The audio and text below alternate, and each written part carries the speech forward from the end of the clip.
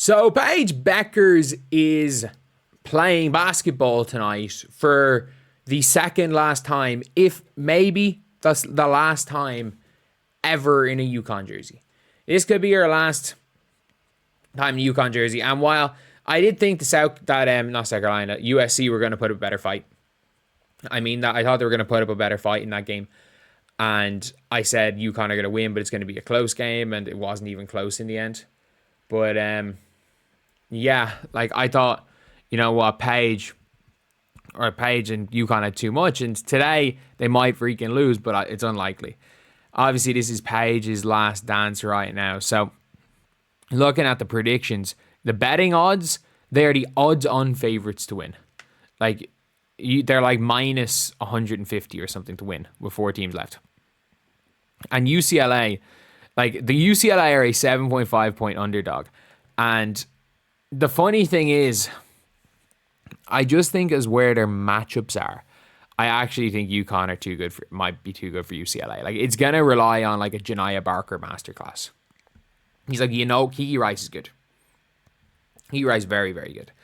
Obviously, they got players all around Lauren Betts. And Lauren Betts is the best player on UCLA. She kind of frees up everything for them.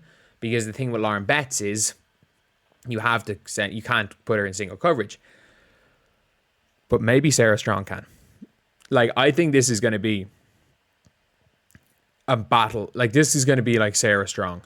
The only thing I will say with UCLA is we've seen some mad coaching from Corey Close. We saw Corey Close, her tactic of guarding Juju was to leave Juju open. We have seen Corey Close pull out let Juju drop 40 and the rest of the team won't beat us tactic in an actual game.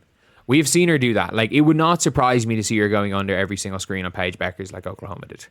And if you go under screens on Paige Bueckers, she is scoring 35 points. And I would be shocked if Paige doesn't break the Caitlin Clark record, just all around points in NCAA tournaments. Yes, it has taken her 5 extra games to do it, but she's still going to do it.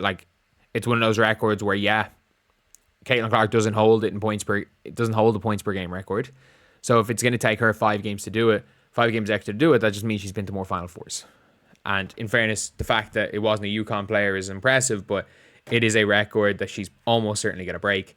And it is going to be funny watching people crash out when, in Paige's defense, historically great college player. And by the way, even if UConn lose, I don't want to hear the Paige is not a winner type thing. She does play winning basketball. I don't care what anybody says. Paige Bueckers plays winning ball.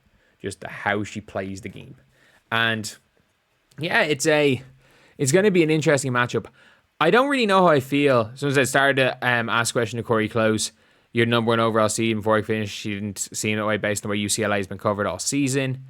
The Bruins have stayed even key all season. They've also shown more moxie and grit than they've lacked last year. Dugalich can be very, very good.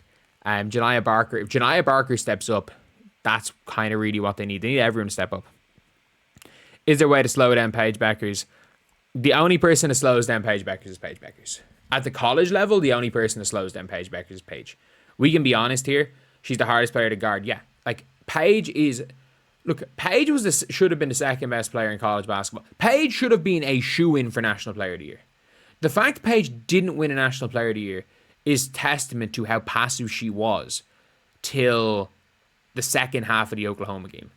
And the shots that she's taken, I really liked how she played against USC, because there was a possession where she missed 2 shots in her. She missed a pull-up 3, then she missed the rebound came to her, she missed a deep 3, and she stayed aggressive, and she got an offensive board, or got a tip that ended up being an offensive board, and her team scored in that possession.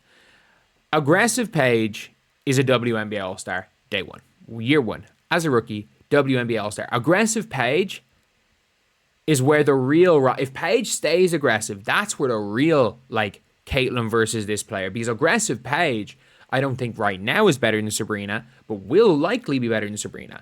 Passive Paige is just another player. There are 2 different... there is Bueckers and there is Buckets. There's Paige Bueckers and there's Paige Buckets.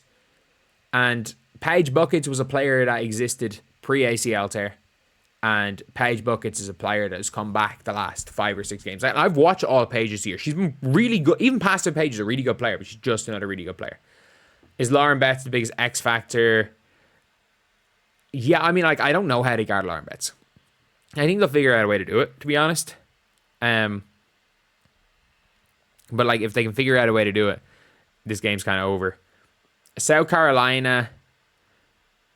I would be tipping South Carolina over Texas. Texas is such a weird team. They just don't shoot the 3 ball. Like, I like Maddie Booker. I really like her as a player. I like her kind of point center ability. I think Rory Harmon is a bit iffy, but, like, I mean, it's my prediction. Like, literally, I had Notre Dame against South Carolina in the Final Fours. Bad call. And I had LSU beating UCLA. Not as bad a call. But Notre Dame... I had too much faith in Notre Dame. In fairness, Notre Dame beat like all the top teams put in front of them. And we can't act like Notre Dame didn't beat both UConn and USC. But they just peaked at the wrong time, and that was a real dumb pick in my bracket. But my final was South Carolina USC. I think it's crazy to bet against, like,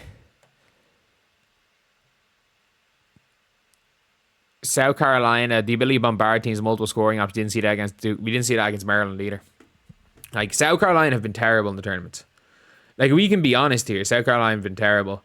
But for me, it's looking like, look, I don't see UConn losing.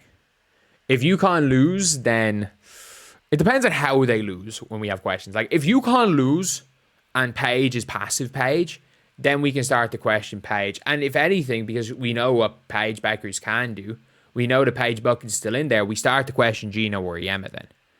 Like, that is when we start to question Gino. So, yeah, that is pretty much it. That is pretty much it for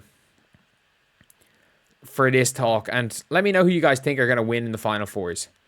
I would assume that, look, again, South Carolina, UConn, and I think that'll be an interesting final. I'll be live for the final, by the way. I'm just not at home right now. I'm not going to be live for the Final Fours.